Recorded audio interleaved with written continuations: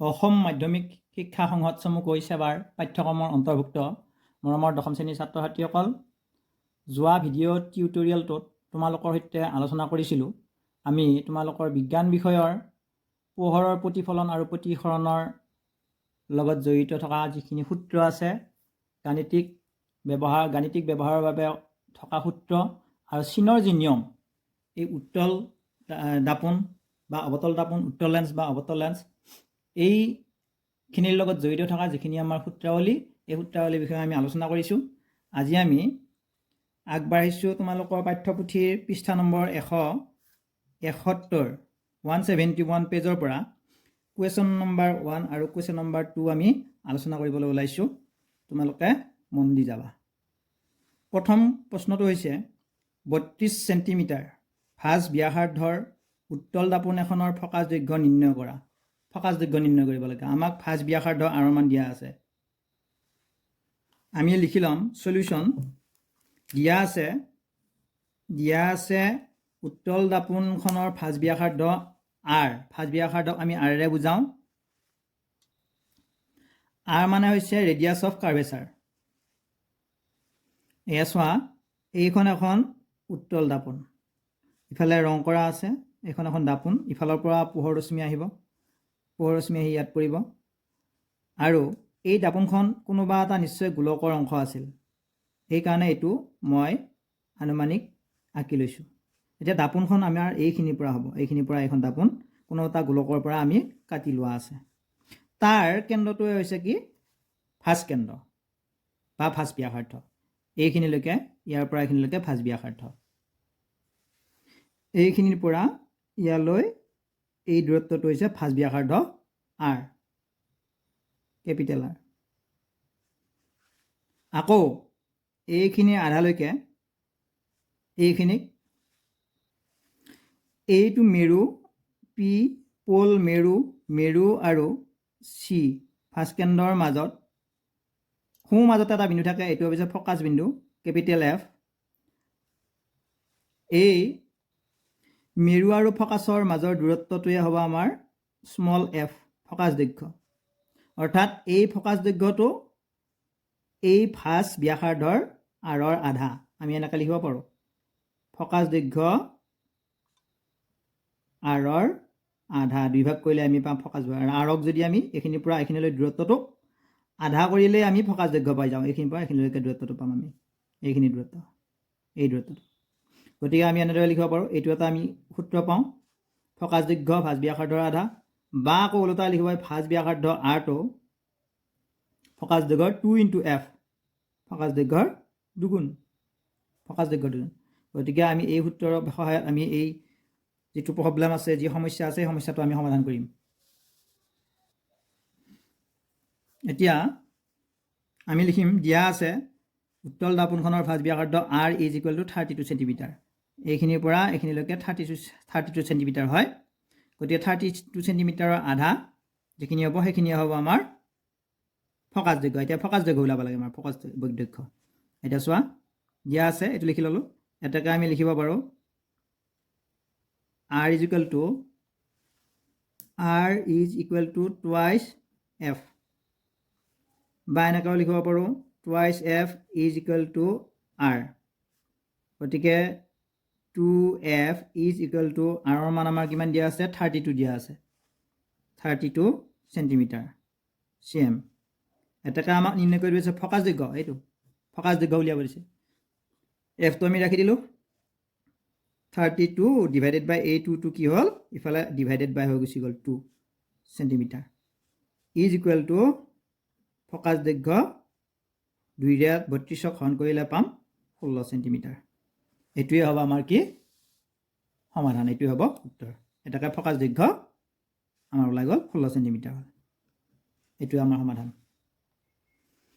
তোমালোকে নেক্সট কুৱেশ্যনটো চাবা, question number 2, 171 পেজৰ question number 2। অৱতল দাপোন এখনে ইয়াৰ সন্মুখত 10 চেণ্টিমিটাৰ দূৰত্বত ৰখা বস্তু এটাৰ, মানে লক্ষ্য বস্তু, 3 গুণে বিবৰ্ধিত, মানে 3 গুণে ডাঙৰ হোৱা সৎ প্ৰতিবিম্ব এটা গঠন কৰে। প্ৰতিবিম্বটো সৎ বুলি কৈছে। প্ৰতিবিম্বৰ অৱস্থান কি, মানে অৱস্থান ক'ত গঠন হ'ব, দাপোনখনৰ ক'ত গঠন হ'ব, সেইটো আমি উলিয়াব লাগে। এতিয়া আমি লিখি ল'ব লাগিব আমাক প্ৰশ্ন দিছে অৱতল দাপোন এখনে ইয়াৰ সন্মুখত 10 সেণ্টিমিটাৰ দূৰত্বত ৰখা ইফালে 10 সেণ্টিমিটাৰ দূৰত্ব ইফালৰ দূৰত্ববিলাক সদায় মাইনাছ হ'ব সদায় মাইনাছ এটাকে দিয়া আছে লিখিব পাৰিম সলিউশ্যন সমাধান সমাধান দিয়া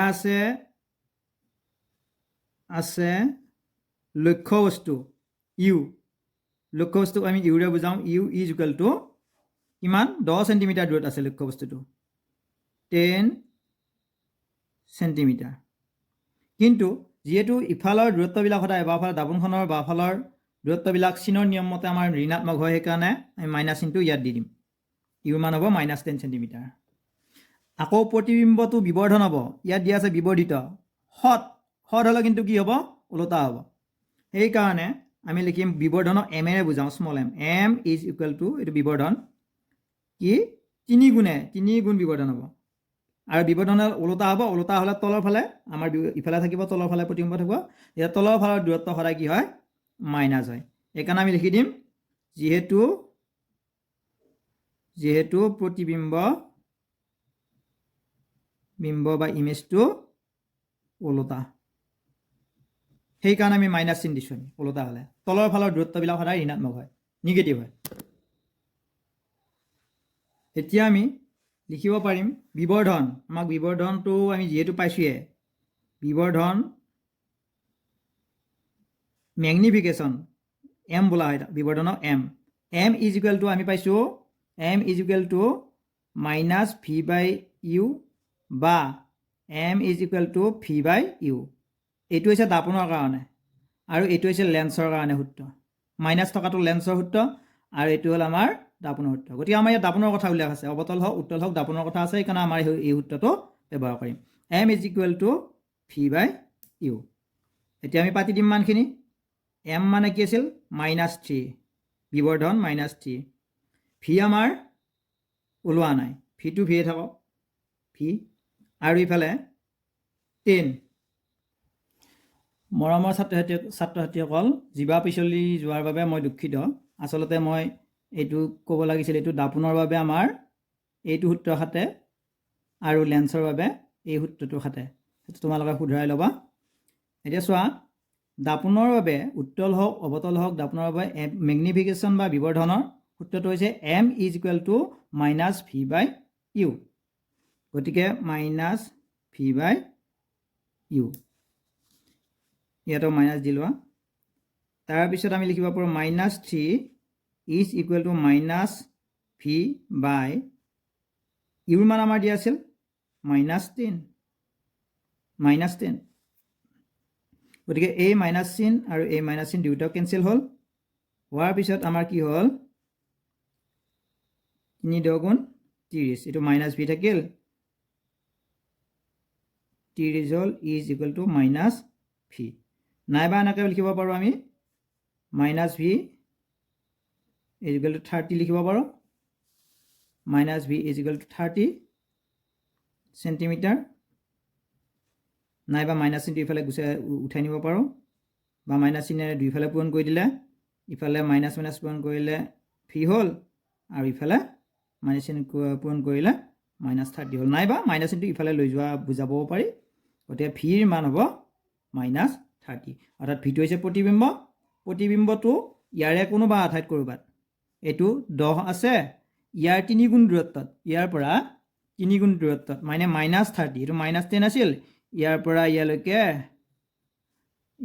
ইয়ালৈকে ইমান দূৰত্বত আমাৰ কি হ'ব প্ৰতিবিম্বটো গঠন হ'ব ইমান দূৰত্বত -10 3 গুণ -30 সেণ্টিমিটাৰ দূৰত্ব তোমালোকে এইটো ভালদৰে বুজি ল'বা দেই মই কওঁতে ভুল হৈছিল দাপোনৰ বাবে বিবৰ্ধন m is equal two -v/u আৰু লেন্সৰ বাবে বিবৰ্ধনৰ সূত্ৰ বা ম্যাগনিফিকেশ্যনৰ সূত্ৰ হৈছে m is equal two v/u গতিকে এইটোৱে আমাৰ সমাধান ধন্যবাদ আজিলৈ ইমানতে এৰিছোঁ তোমালোকে এইখিনি নোট কৰি ল'বা